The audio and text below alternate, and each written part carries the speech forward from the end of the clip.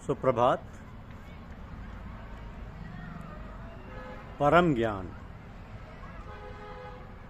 यह हमारी आज की आध्यात्मिक चर्चा का विषय। परम ज्ञान। श्रीमद् भागवत गीता में भगवान श्री कृष्ण कहते हैं कि ज्ञानों में भी अति उत्तम उस परम ज्ञान को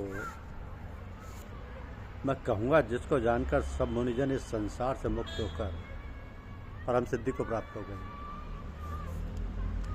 इस ज्ञान को आश्रय करके अर्थात धारण करके मेरे स्वरूप को प्राप्त हुए पुरुष सृष्टि के आदि में पुनः उत्पन्न नहीं होते और प्रलय काल में भी व्याकुल नहीं होते।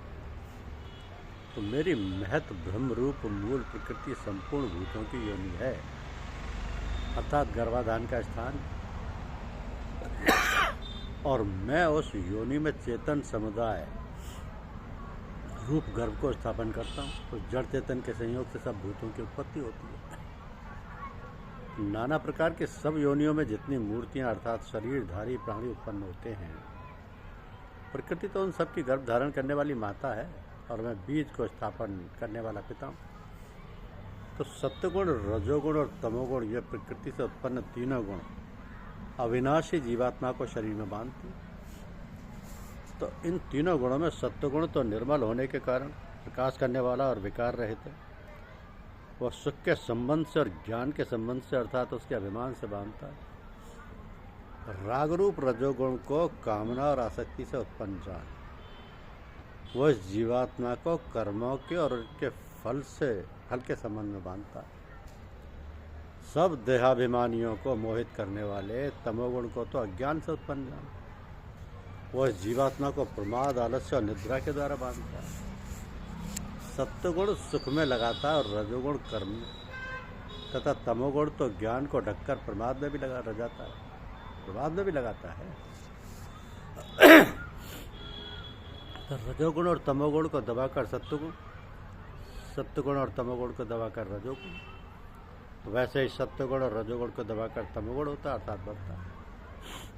जिस समय देह में तथा अंतःकरण और इंद्रियों में चेतनता और विवेक शक्ति उत्पन्न होती है, उस समय ऐसा जानना चाहिए कि सत्वगुण बढ़ा है। तो रजोगुण के बढ़ने पर लोभ, प्रवृत्ति, स्वार्थ बुद्धि से कर्मों का सकाम भाव से आरंभ, अशांति और विषय भोगों की लालसा, ये सब उत्पन्न होती है। तमोगुण के बढ़ने पर अंतःकरण और इंद्रियों में अप्रकाश, कर्तव्य कर्मों में अप्रवृत्ति और प्रमाद अर्थात व्यर्थ चेष्टा, निद्रादि, अंतःकरण की मोहनी वृत्तियाँ, ये सभी उत्पन्न होती हैं। तो जब ये मनुष्य सत्वगुण की वृद्धि में मृत्यु को प्राप्त होता है, तब तो उत्तम कर्म करने वालों के निर्मल दिव्य स्वर्गादि लोकों को प्राप्त होता है। और रजोगुण के बढ़ने पर मृत्यु को प्राप्त होकर कर्मों की आसक्ति वाले मनुष्यों में उत्पन्न होता है। तथा तमोगुण के बढ़ने पर मरा हुआ मनुष्य कीट, पशु आदि मूढ़ योनियों में उत्पन्न होता है। श्रेष्ठ कर्म का तो सात्विक अर्थात सुख, ज्ञान और वैराग्य आदि निर्मल फल का है। राजस कर्म का फल दुख और तामस कर्म का फल ज्ञान कहा है। तो सत्व गुण से ज्ञान उत्पन्न होता है, रजोगुण से निस्संदेह लोभ और तमोगुण से प्रमाद और मोह उत्पन्न होते हैं और अज्ञान भी होता है। तो सत्वगुण में स्थित पुरुष स्वर्गादि उच्च लोकों को जाते हैं और रजोगुण में स्थित राजस पुरुष मध्य में अर्थात मनुष्य लोक में ही रहते हैं। और तमोगुण के कार्यरूप निद्रा, प्रमाद और आलस्य आदि में स्थित तामस पुरुष अधोगति को अर्थात कीट, पशु आदि नीच योनियों को तथा नरकों को प्राप्त होते हैं।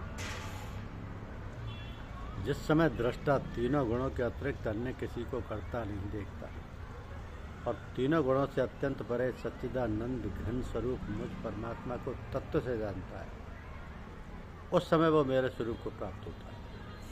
तो ये पुरुष शरीर की उत्पत्ति के कारण रूप इन तीनों गुणों का उल्लंघन करके जन्म, मृत्यु, वृद्धावस्था और सब प्रकार के दुखों से मुक्त हुआ परमानंद को प्राप्त होता है। अब इन तीनों गुणों से अतीत पुरुष किन किन लक्षणों से युक्त होता है और किस प्रकार के आचरण वाला होता है? मनुष्य केवल निपाय से इन तीनों गुणों से अतीत होता है। जो पुरुष सत्यगुण के कार्य रूप प्रकाश को, रजोगुण के कार्य रूप प्रवृत्ति को और तमोगुण के कार्य रूप मोह को भी ना तो प्रवृत्त होने पर उनसे द्वेष करता है और ना निवृत्त होने पर उनकी आकांक्षा करता है, तो जो साक्षी के सदृश स्थित हुआ गुणों के द्वारा विचलित नहीं किया जा सकता और गुण ही गुणों में ऐसा बरतते हैं, ऐसा समझता हुआ जो सच्चिदानंद घन परमात्मा में एक ही भाव से स्थित रहता है एवं उस स्थिति से कभी विचलित नहीं होता, जो निरंतर आत्म भाव में स्थित दुख सुख को समान समझने वाला, मिट्टी पत्थर और स्वर्ण में समान भाव वाला, ज्ञानी प्रिय तथा अप्रिय को एक सा मानने वाला और अपनी निंदा स्थिति में भी समान भाव वाला है, जो मान और अपमान में सम है, मित्र और वैरी के पक्ष में भी सम है एवं संपूर्ण आरंभों में कर्तापन के अभिमान से रहित है, वो पुरुष गुणातीत कहा जाता है।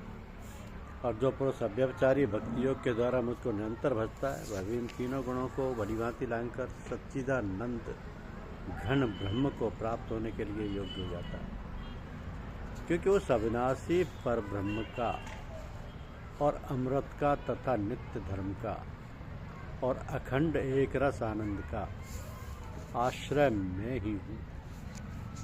केवल एक सर्वशक्तिमान परमेश्वर वासुदेव भगवान को ही अपना स्वामी मानता हुआ स्वार्थ और अभिमान को त्याग कर श्रद्धा और भाव के सहित परम प्रेम से निरंतर चिंतन करने को अव्यभिचारी भक्ति योग कहते हैं। धन्यवाद। YouTube चैनल को लाइक और सब्सक्राइब अवश्य कीजिए। शुक्रिया।